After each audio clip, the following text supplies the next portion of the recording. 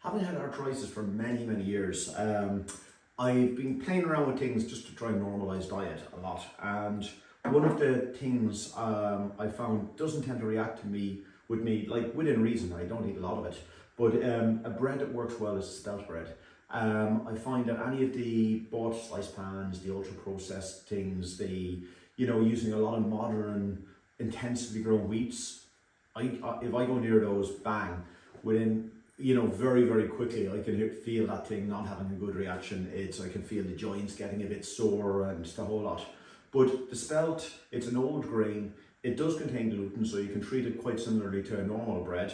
The another thing is, when you're making your own breads, go with an organic one, because a lot of the grains nowadays, they use quite a lot of quite severe herbicides, pesticides on them and so on, and they do find their way into the food chain.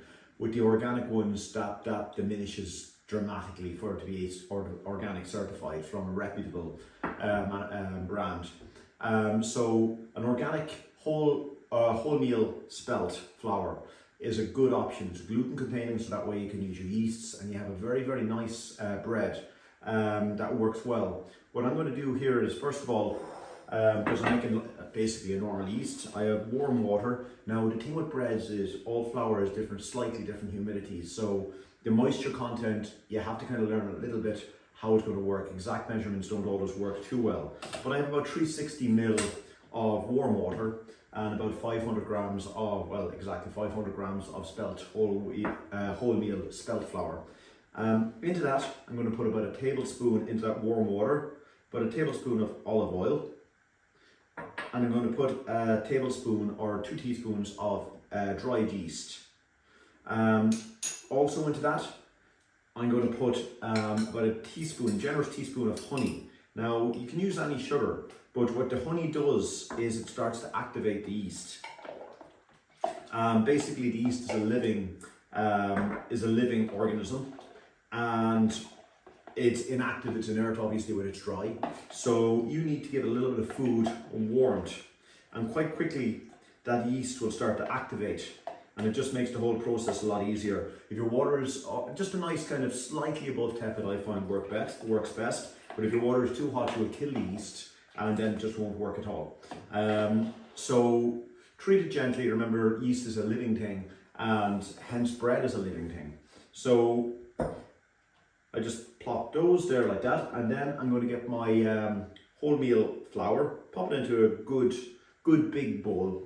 It's easier. And into that, I'm going to put about half a teaspoon of salt.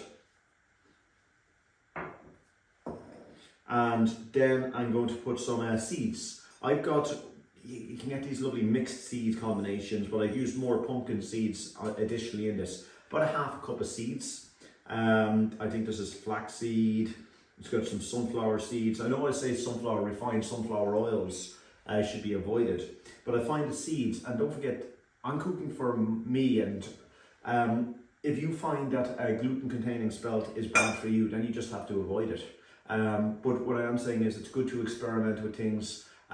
With severe cases, work with your dietitian.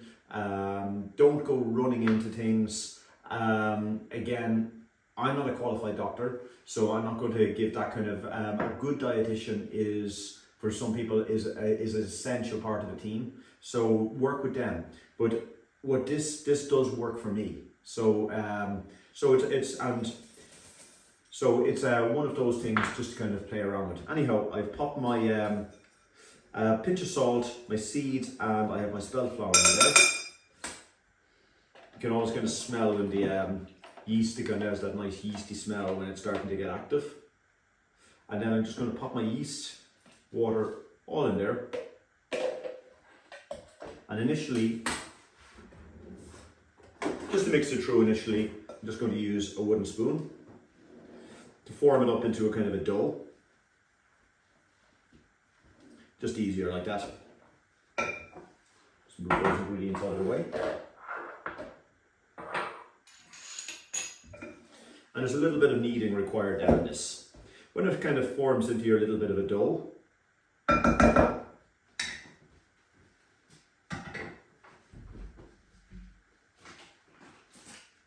just take a little piece of additional flour because you'll need that just to kind of dust your work surface.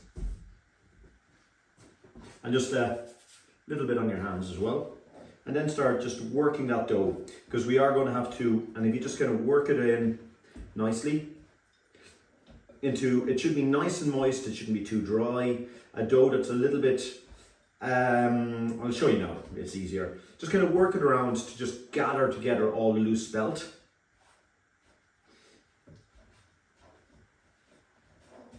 And then, if you have a nice, and lucky, a nice cool work surface is the best.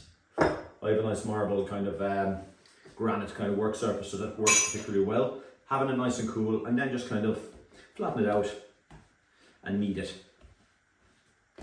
Gathering together all that nice spelt. And then kind of give it a good kneading. If it gets a little bit sticky, just a light dust, not too much. Those measurements work quite well for me anyway. But if your flour has, it depends a lot on the humidity of your flour as well, initially. But that 360 ml of water, of warm water, to 500 grams of the spelt flour works quite well. And you'll feel it kind of starting to get a little bit springy then, but don't start dumping loads of flour onto it. You want it nice, and as soon as it's not sticking to your worktop, it's good. If it starts sticking, just be cautious at this point about adding too much, because if your dough goes too dry, it just won't want to rise properly. It should be kind of warm, it should be just nice, and just pinches of flour as you're going. Okay, and then after a little while you'll get this lovely kind of springiness to the dough. And what you're going to do then is just let that sit for an hour and a half. In a nice warm place, and we'll allow that to start, and that should start to grow and double up in size and start to work. When it kind of springs back a little bit when you press into it, then it's kind of getting where you want it. And then we'll kind of what you call knock it back and give another additional an additional proving then, just to finish it. So I'm just going to pop that into the original bowl. And then I'm just going to cover that with a little bit of cling film or a warm kind of tea cloth over it. Keep it nice and moist and warm, and allow that the yeast to start to do a thing and start to grow a little bit. So with my spelt bread, I've allowed that stand for just over an hour there, about an hour and a half. And now I'm just going to what you call knock it back a little bit, as this bread starts to come to life a little bit. So I'm going to take my dough. Now I'm going to actually shape it into the bread.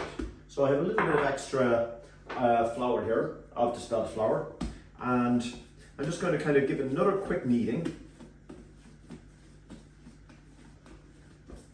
And you can feel the bread is kind of coming to life now a lot.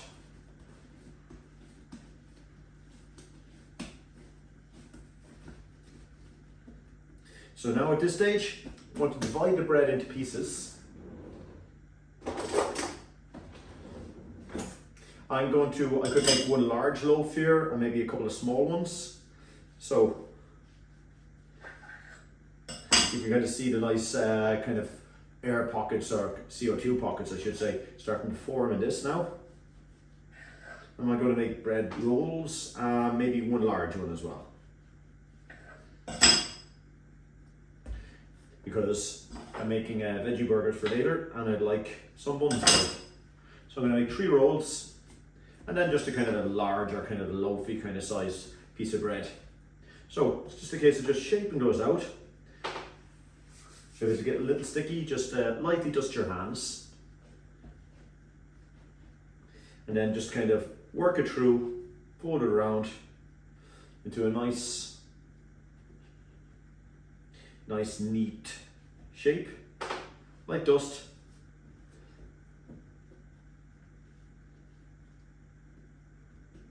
And that way you can just score that, my large one there a little bit, and pop that on the tray. And then with these little burger bunny ones I'm going to do, again, same kind of thing, just shake them out flat, roll them back in on themselves, form them into a nice neat ball.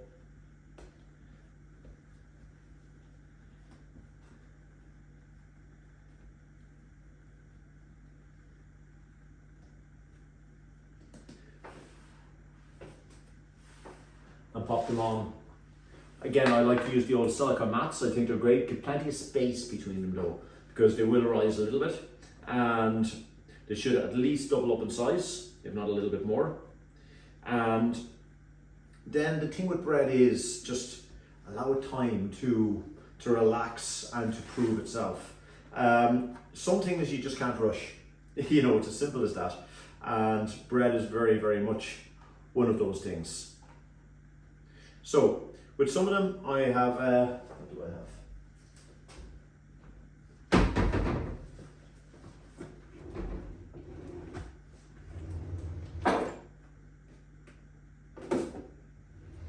No, I thought I had a few seeds and things that I could have put on top of them, but no, I'm just going to leave them as they are. So what I'm going to do with this now is, I like to use a little piece of plastic wrap on these. I find that it doesn't stick much on bread, and it's and it kind of keeps them quite moist. I personally prefer using plaster wrap. Just kind of let it roughly fall on the breads. Very, very loosely, very lightly, and it'll kind of retain humidity inside the bread. And as well as that, it doesn't tend to ever stick to breads, things like that. It's just a very convenient thing for allowing breads to prove. Then leave them in a nice warm place, let them prove away there, and then it's only into a good hot oven, about 200-degree oven, until they're nice and cooked. But we'll get to that when they're ready to go into the oven. So after waiting a couple of hours, as you can see, as I said, leave plenty of space between the bread because they've run into each other, but sometimes that happens, no big deal. They'll break apart. The main thing is the bread is rising nicely. So this bread I'm going to just pop into a hot oven until it's baked, about 30 minutes thereabouts, about 200 degrees centigrade, and then off it is into the oven. Bread done.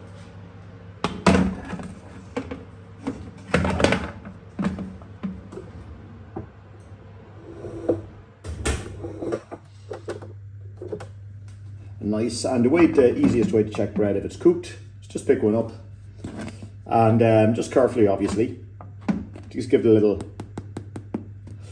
bang on the back, and if it kind of has that nice hollow kind of a sound to it, it is pretty much cooked.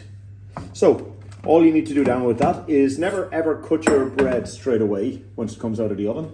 Always give it at least 30 minutes to an hour to just kind of stand, because the cookery isn't really finished yet.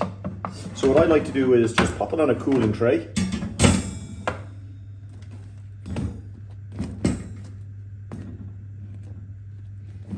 And then get a cloth, nice clean cloth, and just cover it over and let it rest until it's just nicely, until it kind of settles and cools down a little bit, because it's still cooking, remember now. And then finally, to have a look at this bread, as you can see, it's after resting a little bit now. So the moment of truth, just going to just cut that and have a little look inside it. And there we have it. A lovely, springy, whole grain spelt bread. Now, it might, it does contain gluten, but it's an ancient grain. It's one that hasn't been tampered with as much. And it is a lovely, lovely bread recipe, this one. Just a very, very simple little bread. Only for using spelt. And with a little luck, it'll be one that you'll be able to tolerate nicely.